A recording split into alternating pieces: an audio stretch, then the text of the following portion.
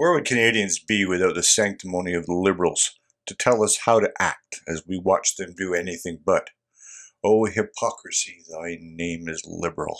Whether it's the Prime Minister clucking his tongue and raising the carbon tax on a country hurting economically from the coronavirus pandemic, or the Environment Minister, Catherine McKenna, for her righteous tongue clucking, ringing up over $100,000 in taxi charges alone in the Ottawa area.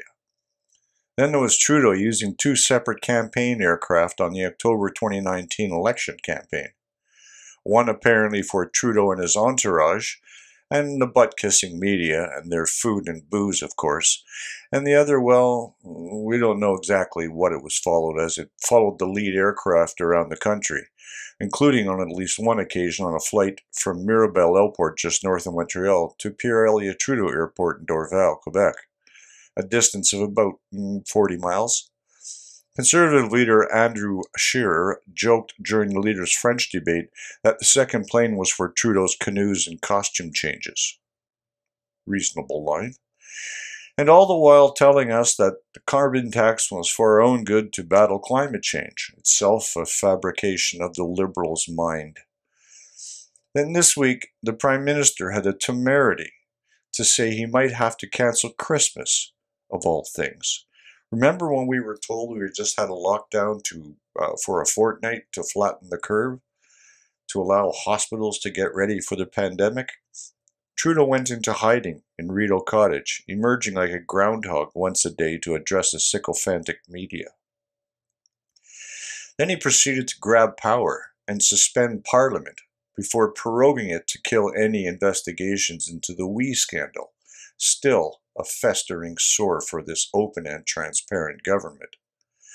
Now he's threatening to shut down the country and cancel Christmas, while still allowing foreigners to fly in and move around the country at will.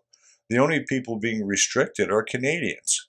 I don't know where he thinks he gets the authority to do any of that, but you must all do as he says. Pay no attention to what he does. And then this week, the Toronto Sun broke the story that Heritage Minister Stephen Guilbeault, the oh-so-politically correct environmentalist, is using a chauffeur-driven limousine to travel back and forth from his riding for meetings. He has never owned a car and primarily used a bicycle to get around. He was a member of Greenpeace and used to partake in blockading gas stations to prevent commuters from filling up to get to work. A foreign concept for the likes of him who never held a job. He even took part in a protest where he and another Greenpeace activist climbed the CN Tower in Toronto in July of 2001 to hang a banner that read, quote, "Canada and Bush, climate killers," unquote. In fairness, on my part, my favorite photo of that event was Guilbeault in an orange jumpsuit being perp-walked away from the tower in handcuffs by Toronto police. As an MP, he gets free travel on Via Rail, which has multiple departures a day between Ottawa and Montreal. Instead, he uses his chauffeur-driven, taxpayer-funded limo to move back and forth between those two cities. He's never owned a car until after he was appointed to Executive Council on November 20th of 2019. Then he took to it like a duck to water, using twice the monthly kilometres traveled by the average Canadian family on a monthly basis. For True North, I'm Leo Knight.